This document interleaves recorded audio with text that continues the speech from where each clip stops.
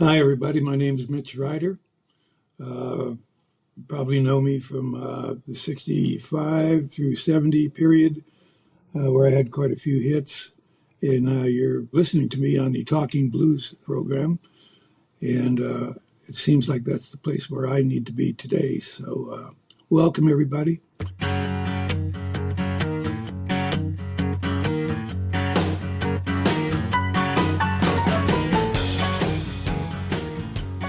I want to begin at the very beginning. I know your dad was a singer, your mom wrote songs. Yeah, How did music come into your life? through my parents, yeah, initially. And then getting into my teen years, I electively started gravitating towards the kind of music that I wanted to hear, not what I was being force fed. And I say force fed, but I mean it in a kind way because without what I got from my dad, who was a singer on the radio, and he had a massive collection of 78s, and without my mom, who had an innate sort of southern charm with her vocal abilities, as children, pee-wees all the way up, there were 8 of us all together in the end, she would sing around the house. And she also did a curious thing. She thought she might be able to be a writer. And so she would write songs. And here I am, preschool, can't read yet. Oh, I can read. Yeah, I can read a little. But she's putting these songs in front of me and asking me what I think of them. And I'm going, wow, Mom, they're great. Can I get my soup now? Did her music writing or songwriting take her anywhere? Did it go beyond the house? No, she didn't have those aspirations. Let me tell you a little bit about her.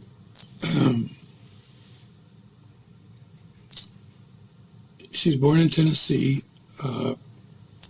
Her father was a horse trader and a drunk.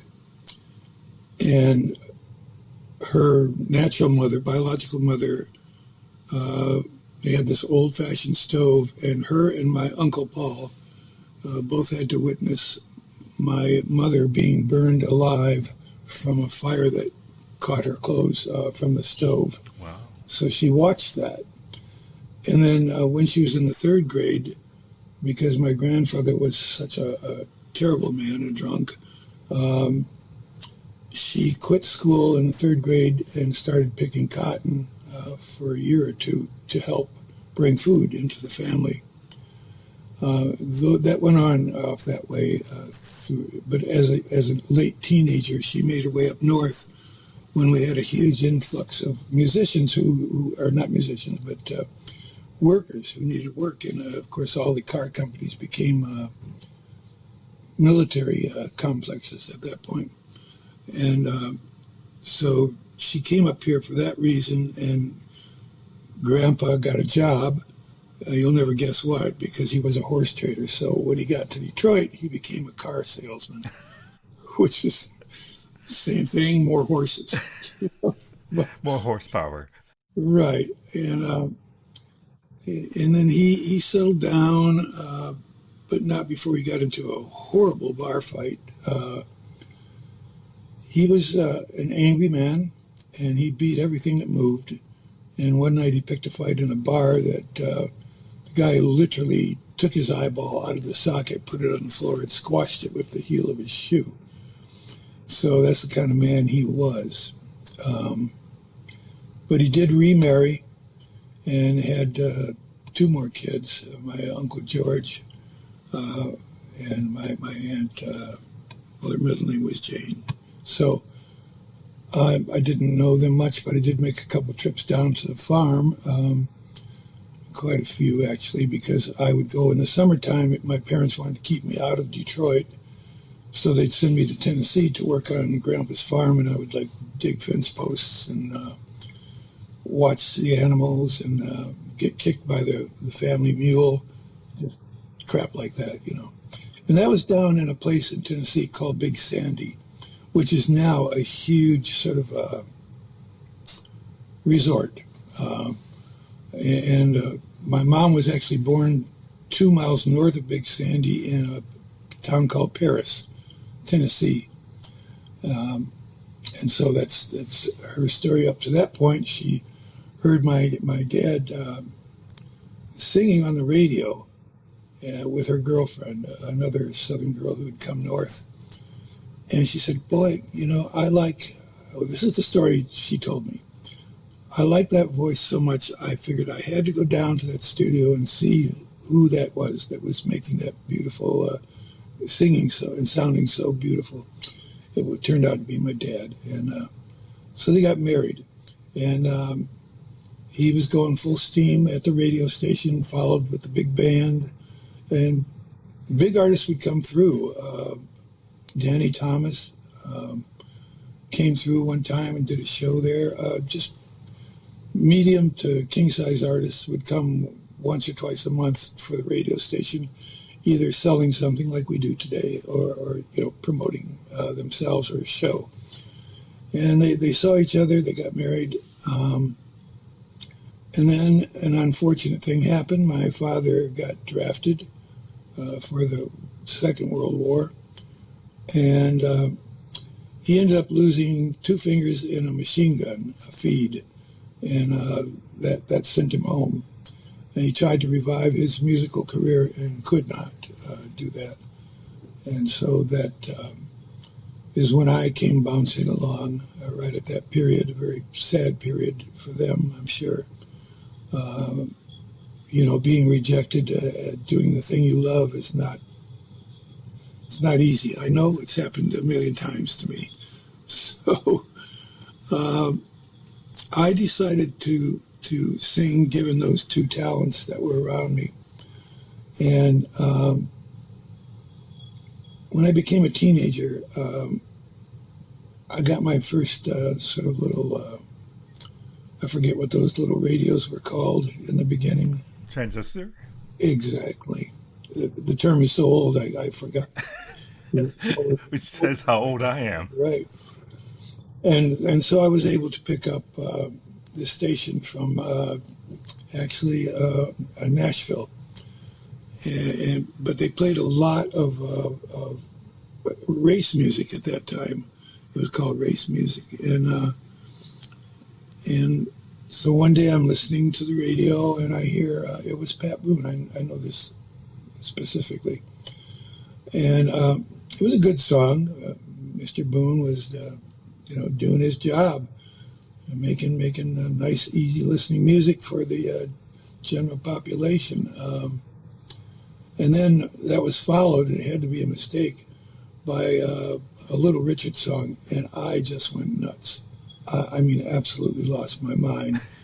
Because here I had this huge sedative offered by Mr. Boone, and on the other side was this uncaged wild beast, this animal who was attacking the airwaves with his voice.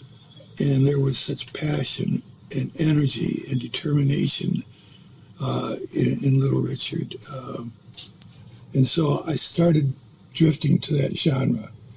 And it became what I wanted to become myself, that style of music, to the point where I cut my first record at the age of 16 on a gospel label in Detroit called Kerry Records.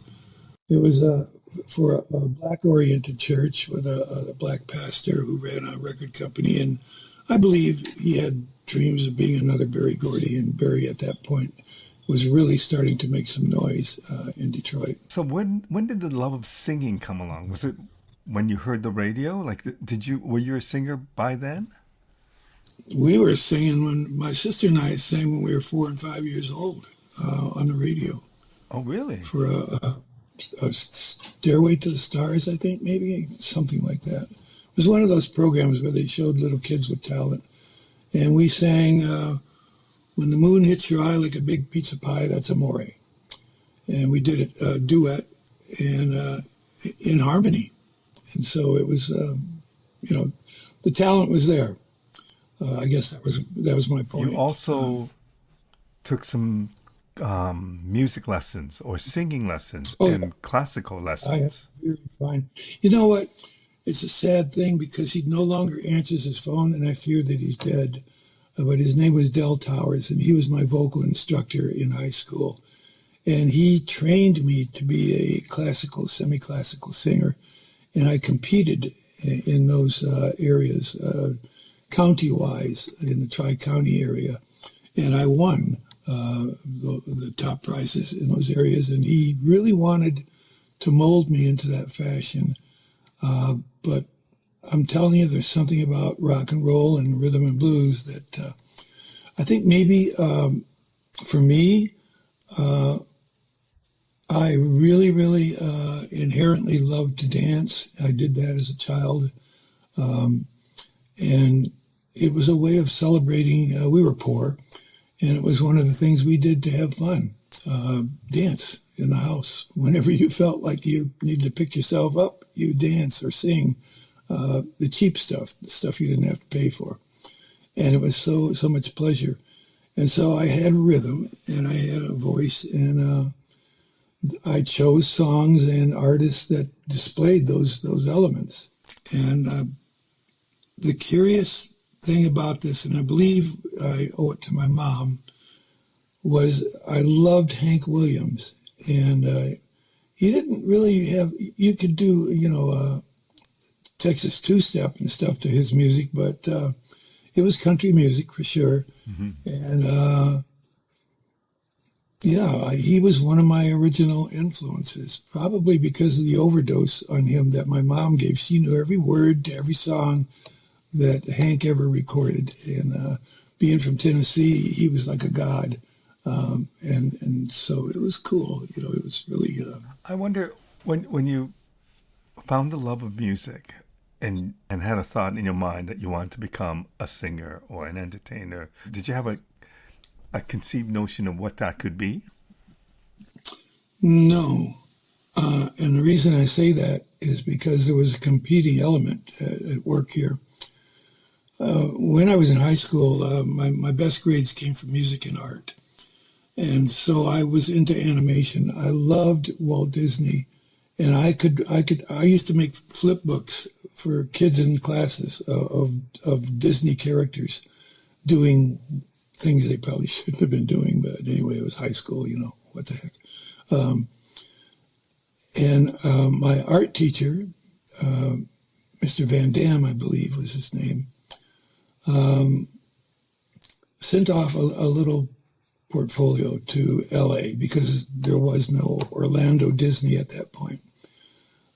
And we got a letter back saying that if I graduated with a C+, they would bring me out to California based on what they saw and a letter from my art teacher, and they would tutor me to become an animator in their film school. So that was at play at the same time the music was happening. So to answer your original question, no, there was no person that I wanted to copy after. That didn't come to fore until I hit the big time and I had to start putting together albums rather quickly.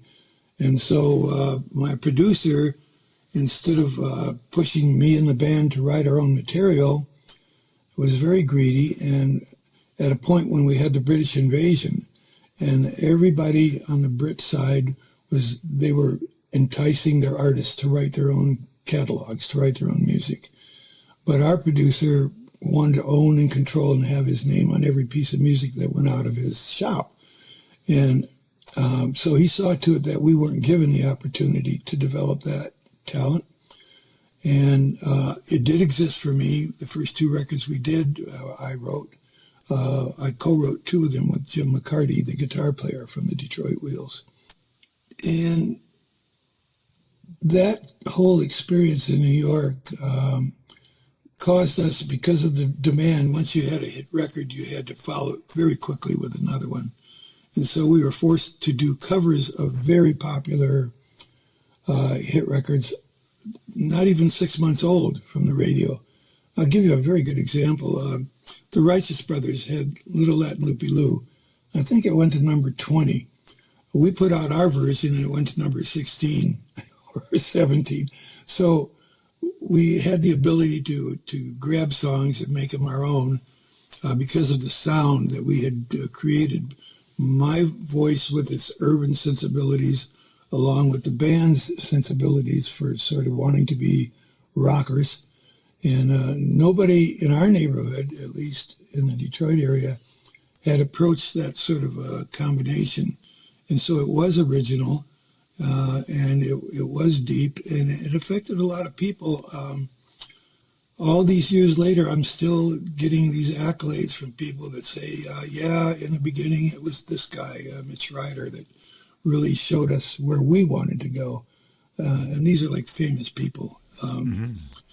So I think had we been allowed to create our own music, we could have kept that group together, but we didn't keep it together, and that's another story. But here I am just rambling. I need to really just let you ask some very specific questions and answer it that way politely. I'm just, because... oh, please ramble.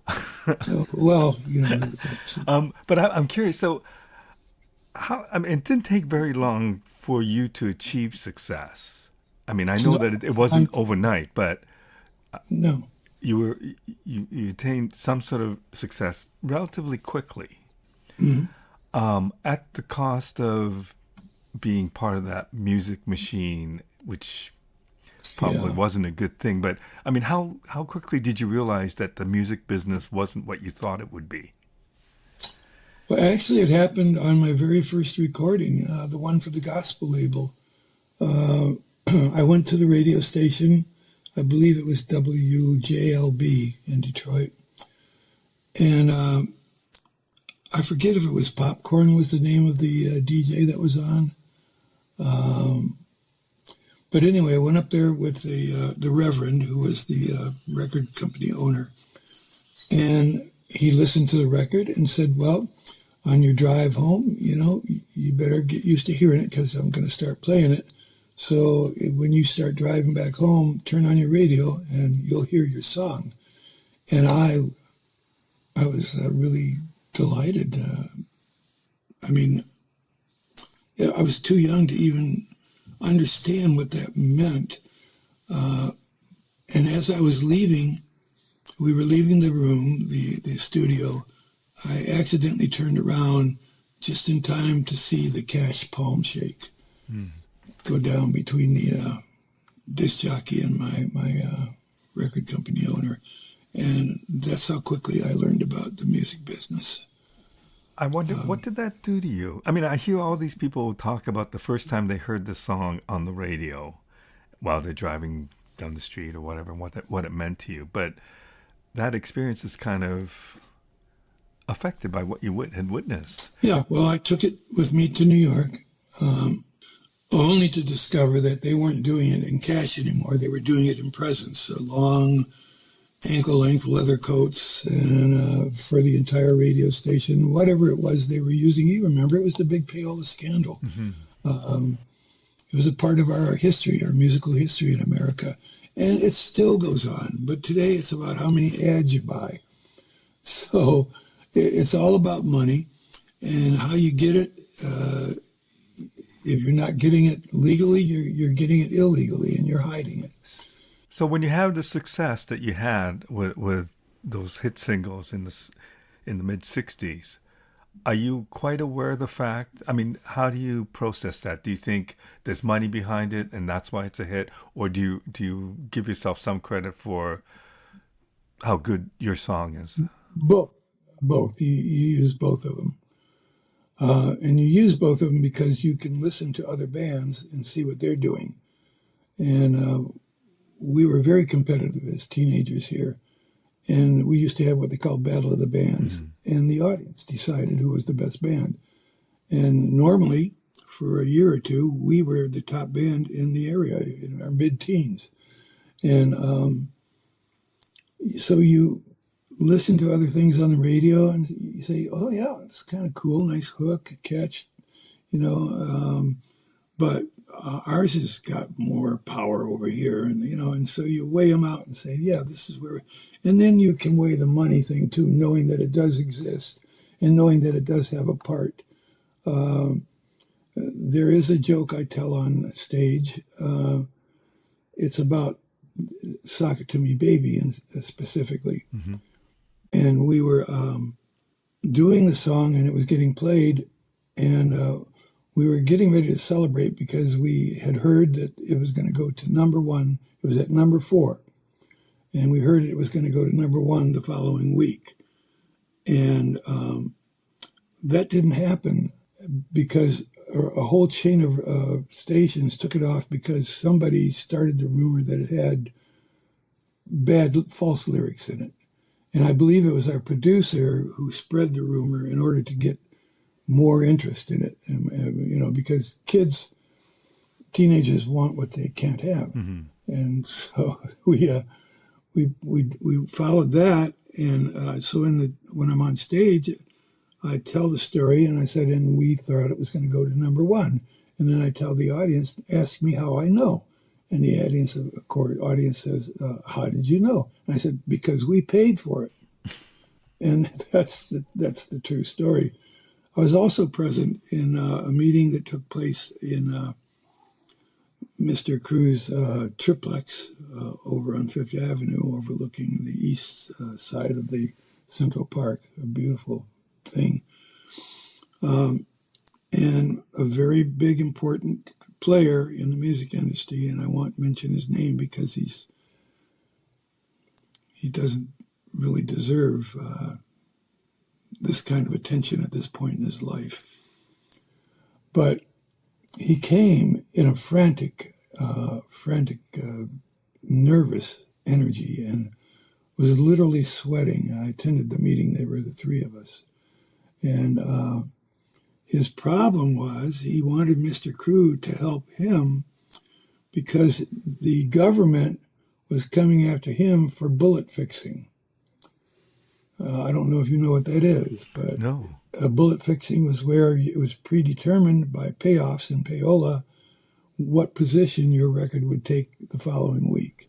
Oh, okay. See, ideally, the top 100, what made it so interesting and eclectic was the fact that each week it was measured on record sales and record plays.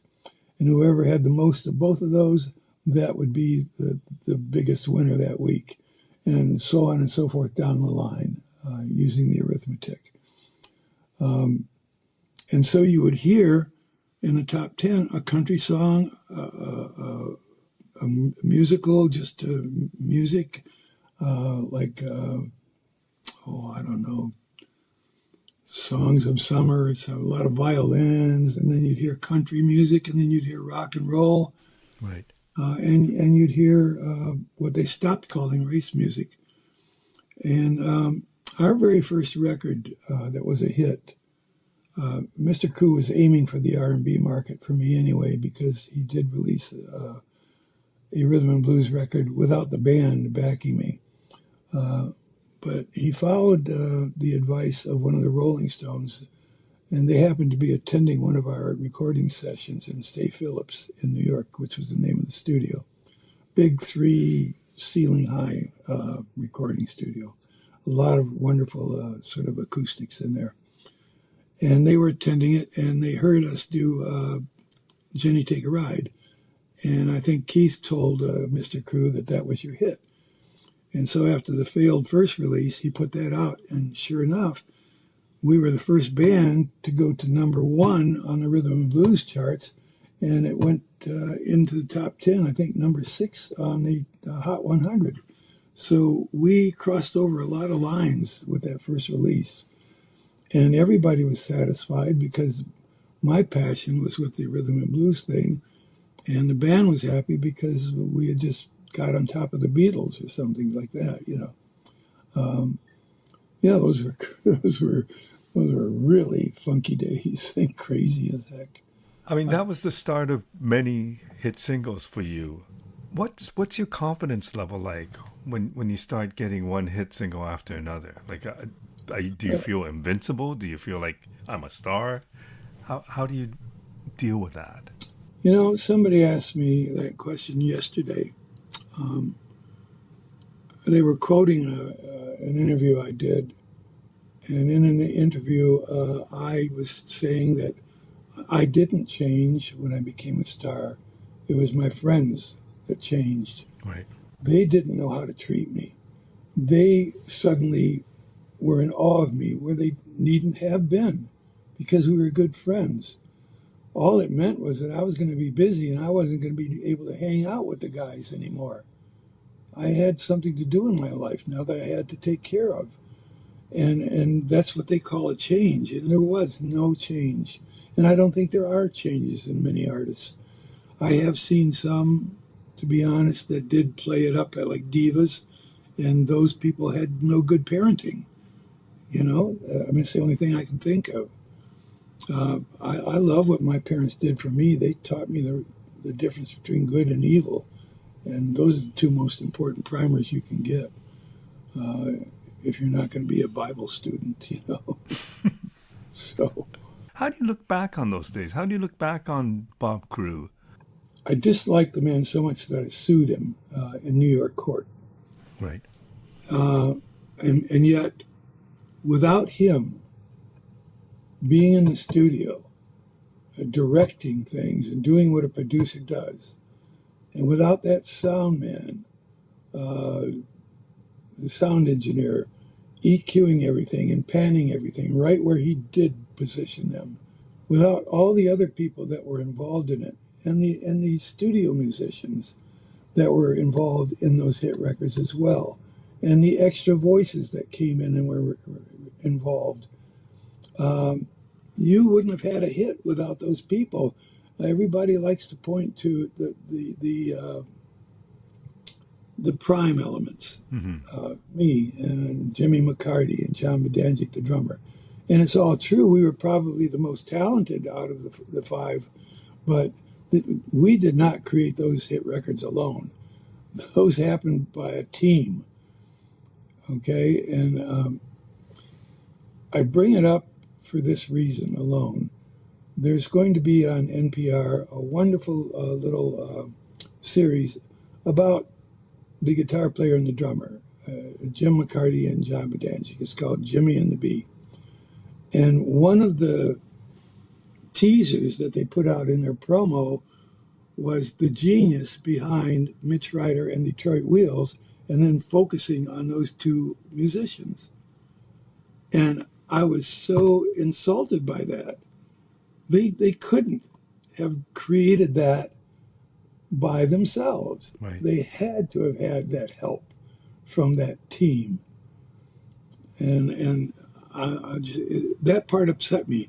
However, it's a good, I encourage everybody to watch it. It's very well done, good cameras, good quality sound, a good story, a good all-American story.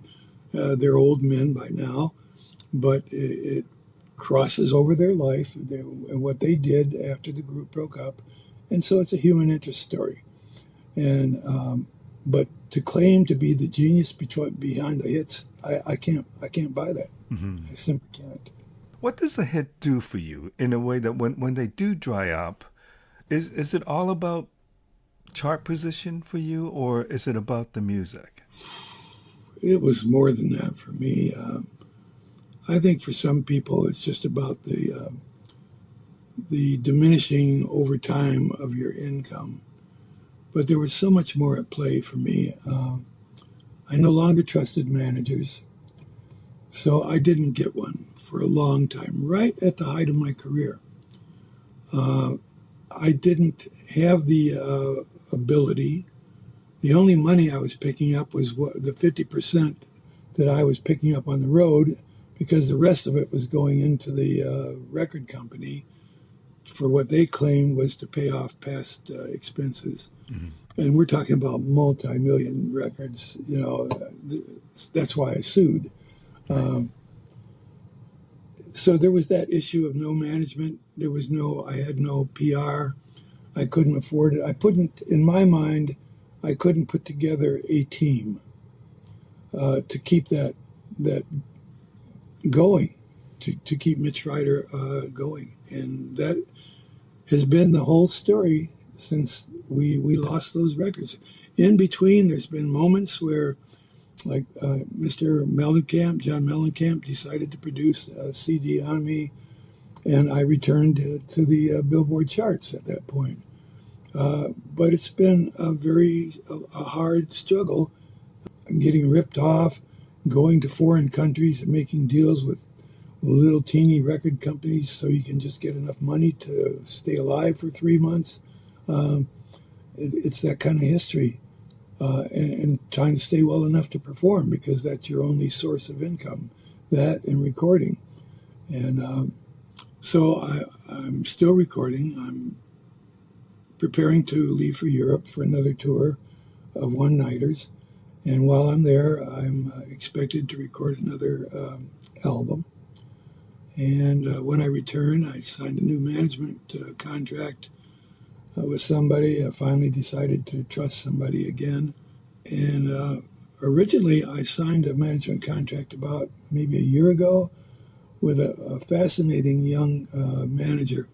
And it presented a couple of problems right away. So I think the record contract was only valid for about a month before I discovered that it wasn't what I really wanted. Because initially, when I spoke to him on the phone and we spoke about contracts, he said, "Oh, no, a handshake will do."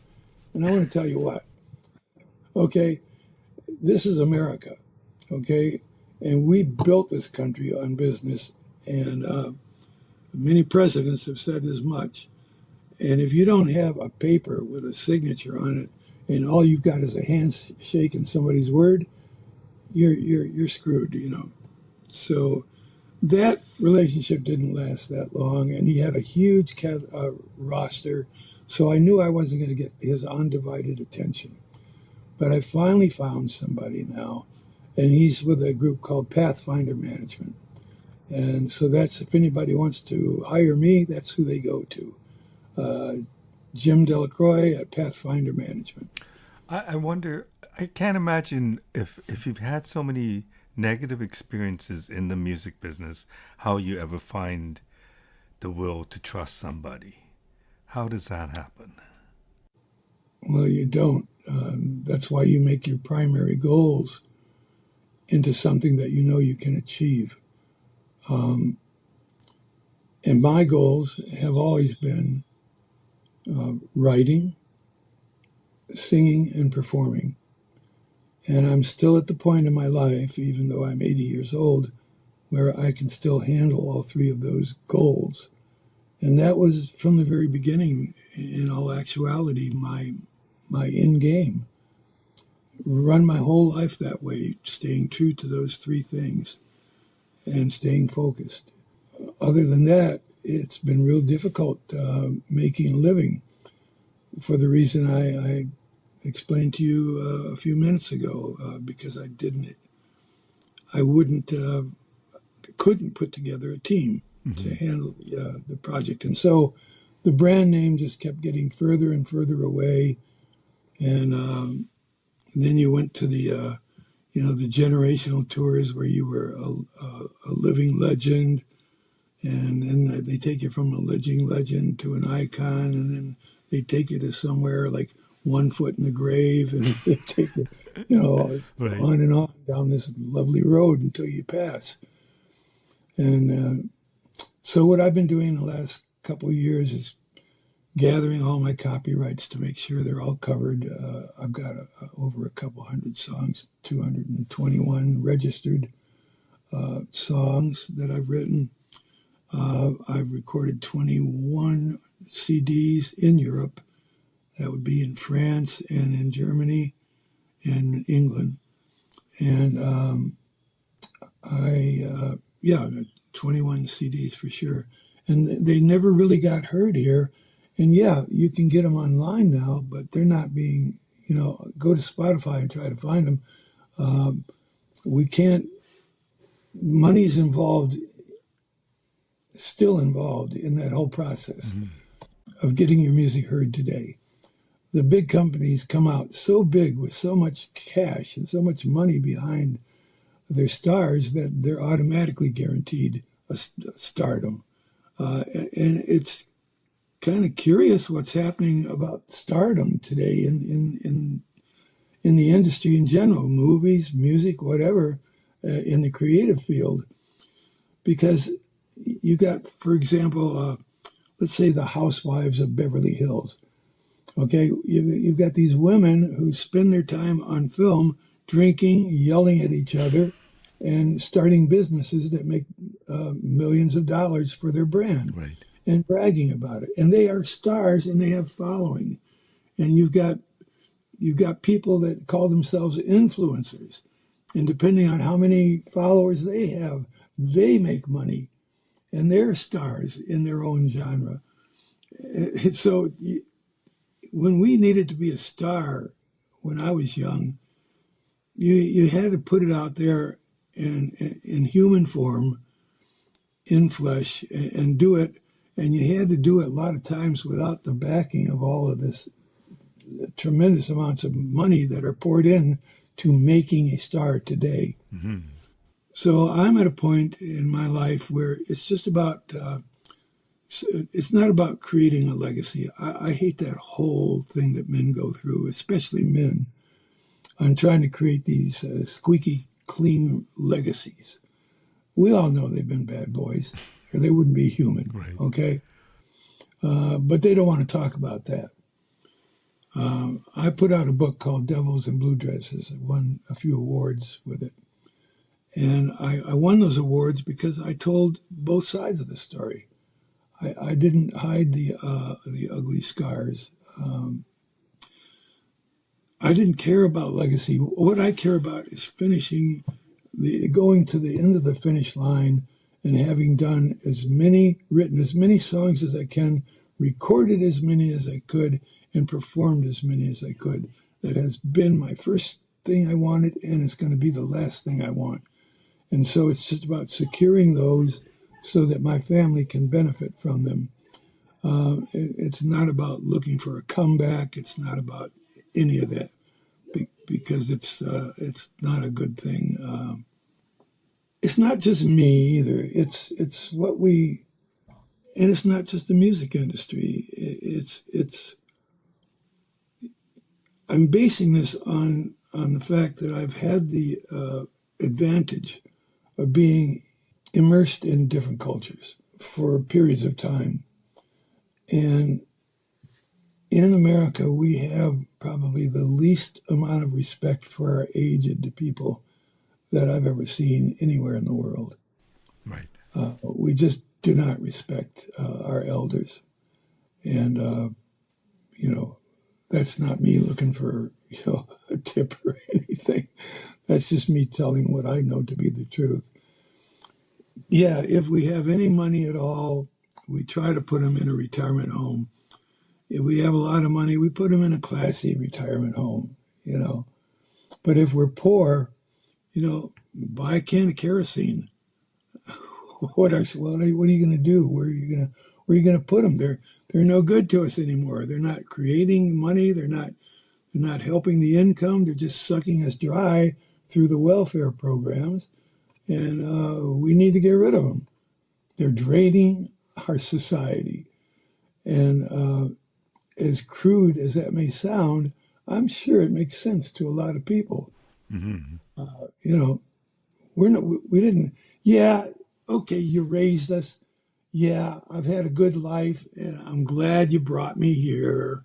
If I have to say it, I'm glad you brought me here and made it possible for me to make a great living and have this wonderful family that I got. But sorry, Pops, you're just too old we don't really need you around stinking up the house and claiming territorial rights in our home and, and talking to your parents that way. It's fucked up.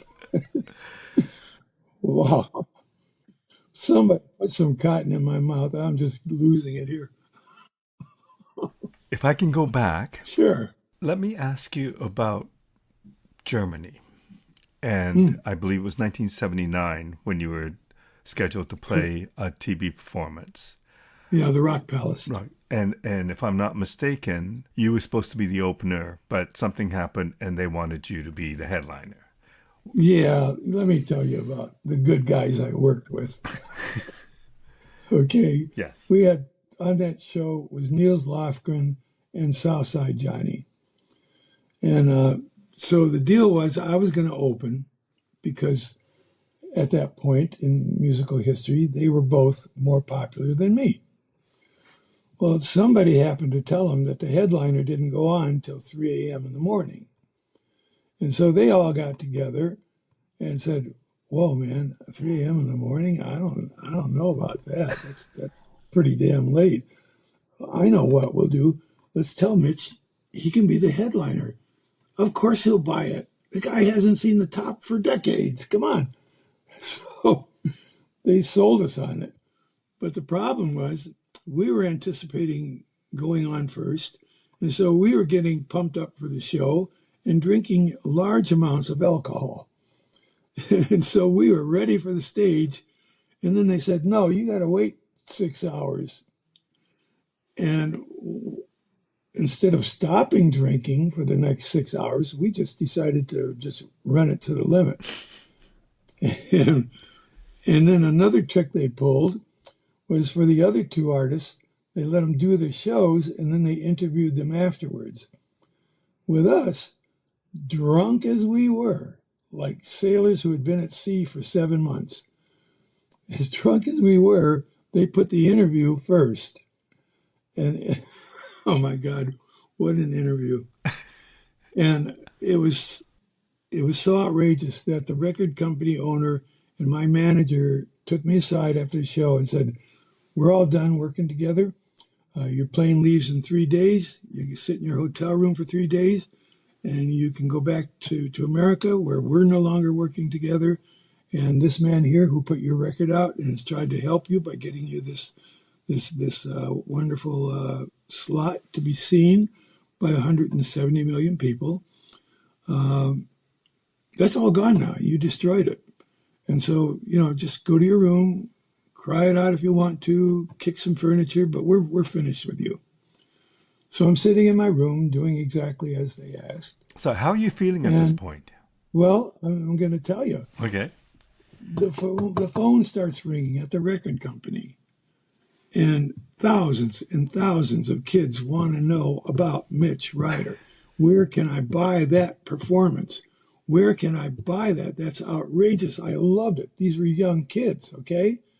And Rebellion, which is exactly what I did, because the other, Niels Lofgren and Southside Johnny, always played it straight around the world. It's like going to Vegas and watching the same act every night for 5 months. They had it down, okay? But we came on there and were just free-willed musicians with a little too much alcohol. And so the impossible became the possible. And I did wander down into the audience and sit down beside the beer-drinking crowd and tell jokes and give somebody a pinch here and there and laugh. And I did do a performance that was never duplicated. And it was wonderful. An even better performance was one where we opened for the Police in Berlin, called Easter in Berlin. We rocked that house so bad that we're going back to our dressing room, and the drummer for the Police opened the door and said to the guys inside, "I don't know what they're screaming about. I don't know why they're screaming so loud. We haven't even gone on yet." Doesn't even realize that we just burned their fucking show, you know? Can I assume that if they didn't put you as a headliner, I mean, I presume that performance changed your life in Germany, in Europe. Created a career. So if they didn't put you as a headliner, would your life be completely different? It would be different to some degree. Yeah, I probably wouldn't have established the necessity. Once I had started a cult following there, I wasn't about to give it up because I saw the writing on the wall over here in America. I was already at the point where I was doing multi-act shows, Right. With a common band. So that's where you go before you start looking for the old folks home. You spend years in that place. And so that's what I had to come back to.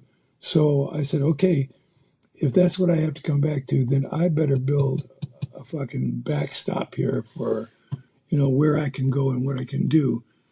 And I was able to have so much artistic freedom and do whatever the hell I wanted to musically that it just appealed to me. And I spent 17 years there before I started working with the Eastern Bloc. The wall finally came down. And so I spent a total of 47, 48 years going every year to tour in Germany. But also because we were there and used that as a base, we got the benefit of being able to easily go to all the other European countries as well. So it was a remarkable achievement.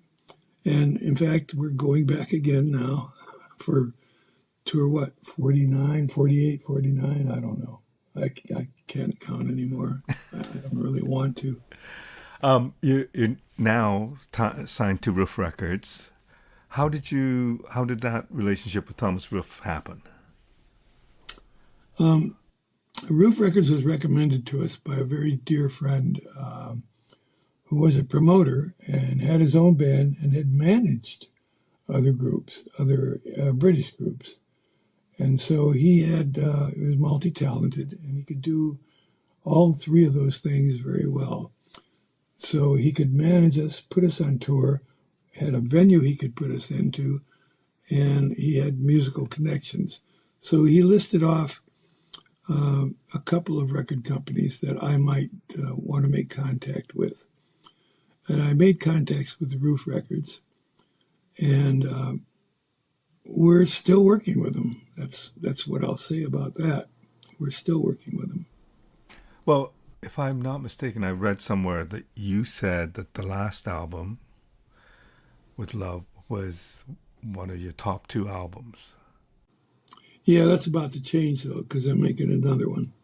So You have another one coming out in next year. Well, it'd be for the next tour. Yeah.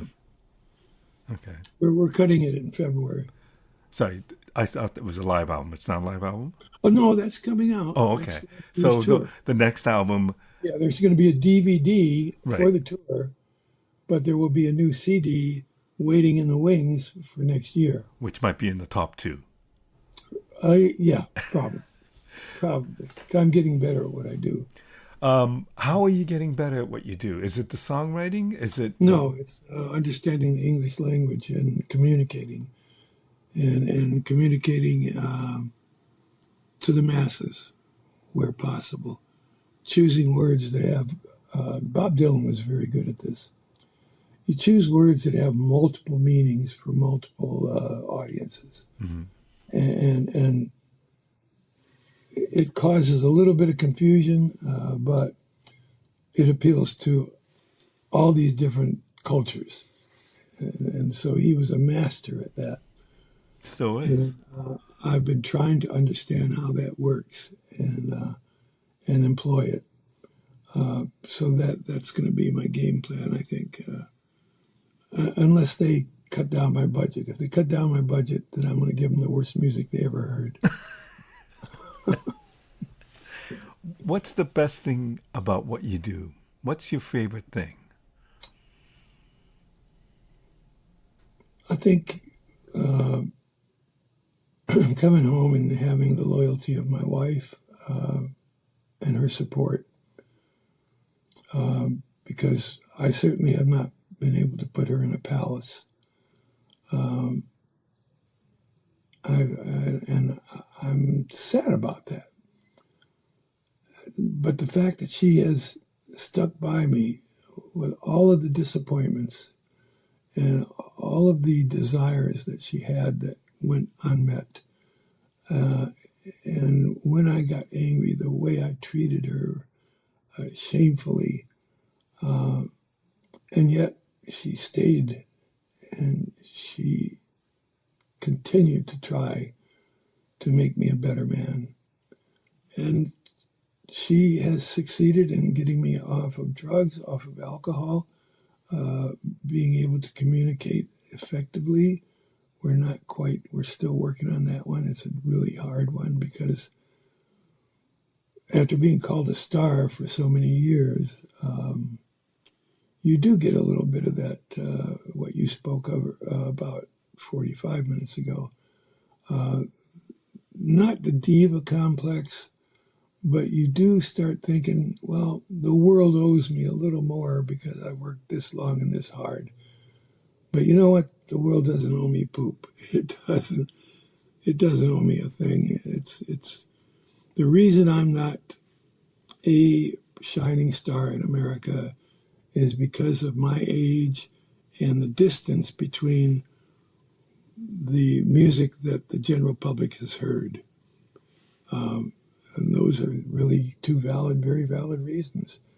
Had I had a bunch of money to promote, and because I've really done some marvelous work overseas in terms of recording, and I'm sure there would have been a place had it been promoted properly. But it's too late to worry about that now. It's a bad investment. You pick somebody at this point. If you're going to hire somebody in music, you hire somebody new so you can get some mileage out of them. There's no point in investing in somebody that's you don't know when the guy's going to kick, right? So, you just want to. That's why it's so important that we keep doing and doing and doing and creating and creating and creating. Nobody can tell me when we have to stop. I have a condition called scoliosis. I don't know if you're familiar with that, but it's not a good thing to watch.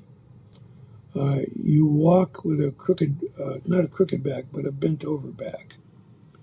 And hopefully mine has gone as far as it can go. Sometimes it does arrest itself and goes no further. In other cases, there's been a few cases where it has managed to redo itself back to normal. And in many cases, it's slowed itself. And so as long as I can walk to a stool and sit down, a bar bench, and sit down and do a show just as a guitar player would, I carry my instrument is a tambourine, which I'm excellent at. If they ever get awards for tambourine playing, I'm your guy. So, Are you? What's your singing like? Are you a better singer today than you've ever been?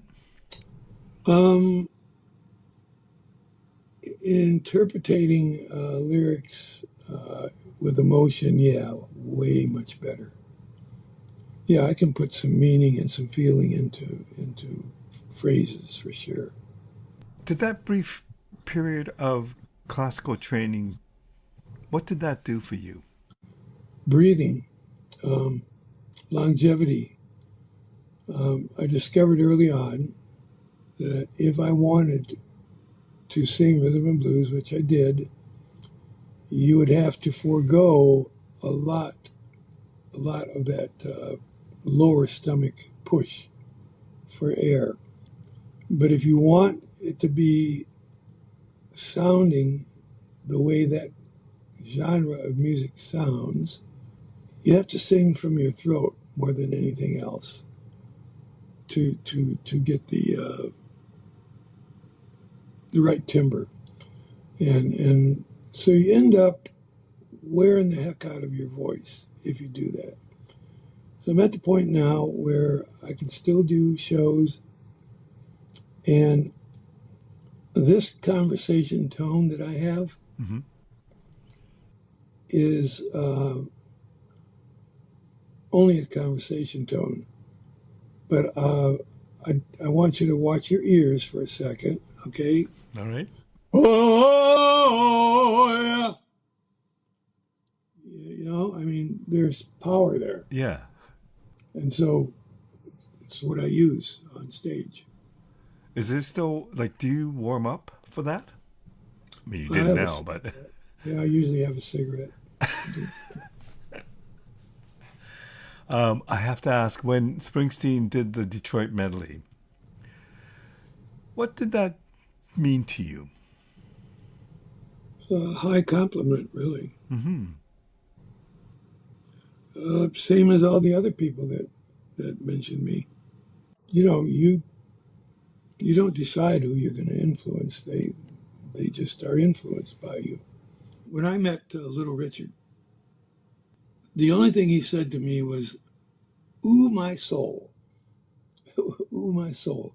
That was it meant something to him. I don't know what the heck it meant to me. Um, Writing music, is that something you're still constantly doing Yeah, I'm deep into it right now. because of the new I'm project? very serious about it right now.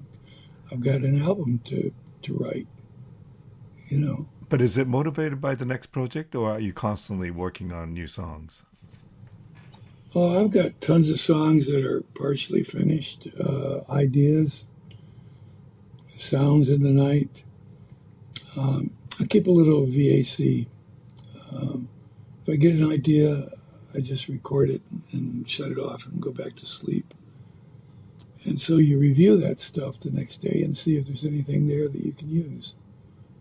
And that's how that works, And you've been doing that all your life. pretty much, yeah. Mitch, it's real pleasure getting to chat with you. Thank you so much for doing this. Not a problem. I wish all of your listeners a very Merry Christmas and a Happy Hanukkah and whatever else they're celebrating. Festivus for the rest of us. So there you go. Thank you. I'm looking forward to hearing the new album, the new live album, and then the new studio album. And just wanted to let you know I really enjoyed the last studio album. Oh, great. I'm happy about that. Be sure to tell my people that whether I did a good job or not, because that will motivate them or not motivate them.